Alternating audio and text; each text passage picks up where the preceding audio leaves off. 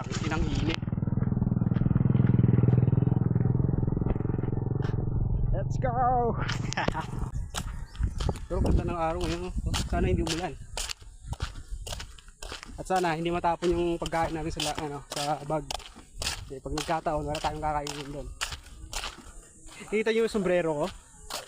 Damn! So, kakabili ko lang nito sa TikTok, guys. Ang ganda. Natatanggal siya. Tatanggal yan. Diba? Pero kung ayaw nyo ng ganito, pwede nyo lang ganitohin.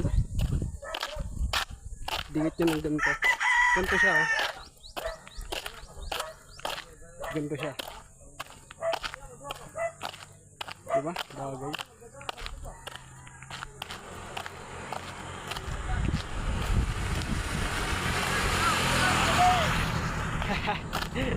Tatawid tayo at bababa na tayo, boy. Hindi na magsisimula ang adventure natin.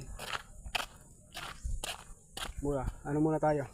Outfit check muna tayo, guys. Ayan, sabit natin dito. Check tayo, guys.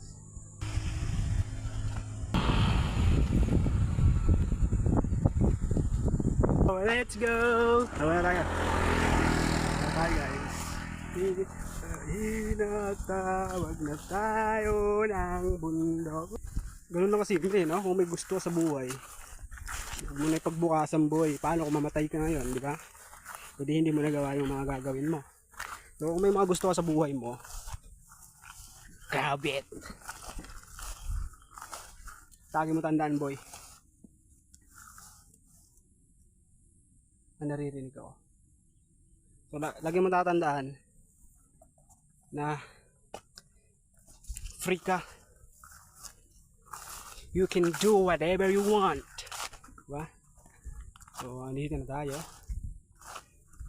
Bundok tayo. Doon tayo sa pinabundok talaga. Ay. Putay na, dulas.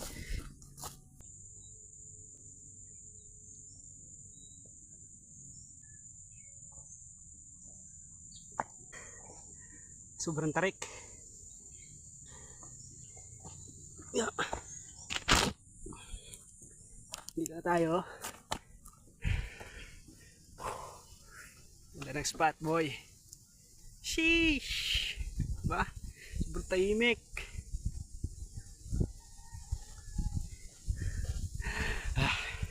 Pwede muna natin to.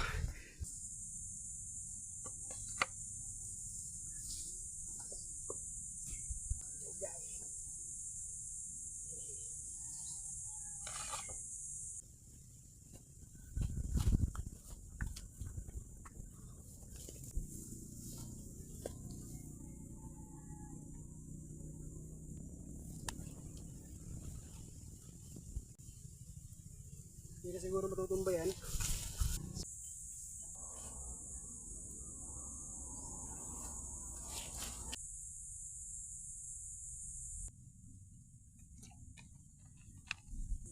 Maghugas na ako ng kamay at kakain na tayo. Magkakamay lang ako, guys. Hindi pwedeng makakaligtas yung dahon ng saging para gawing pinggan, no? So puputulin lang natin. Okay na siguro to, malaki na to. Ayan. Tapos ay namamatay yung camera ko eh. Pwede magsulat ng pangalan dito eh. So pag ulam natin is manok, yung niluto natin kanina, tapos kanin. Diba? Bubuhos ko na ba to? Tang inan laki. Pero okay lang yan. So ilalapag ko lang to saglit at kain. So dream come true, no? Makapang camping ng solo. So kain tayo, guys. Kakain muna ako at ako'y nagugutom na.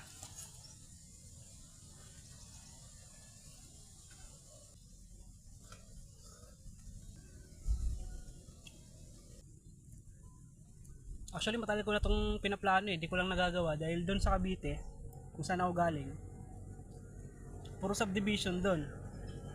So hindi ka pwede mag-camping. Naririnig nyo ba yun?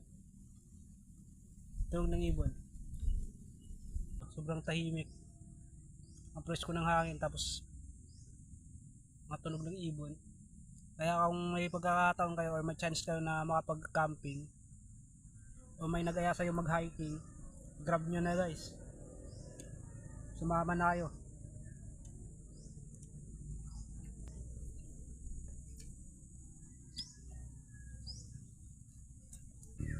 So tapos na tayo kumain. Itong mga food waste natin like buto, ilalagay lang natin sa gilid ng siguro sa mga gilid ng nyog or sa gilid ng mga saging para pampataba. Pero itong mga plastic na to, hindi natin pwede iwan to dahil hindi yan madidecompose kaagad. So lagi nyo tatandaan kapag dayo lang kayo sa isang lugar, especially kung hindi talaga kayo taga dyan at magka-camping kayo or mag-activities kayo na tulad nito, please lang huwag kayo mag-iiwan ng mga kung ano-ano. Maliban na lang kung nadidecompose yan like balat ng saging or mga pagkain na tira-tira nyo. Pero syempre huwag nyo naman ikalat, no? Ilagay nyo sa proper lagayan or tapunan. Basta huwag kayo mag-iwan ng mga plastic or anything na hindi nadidecompose dahil makakasira yun ng nature kumbaga.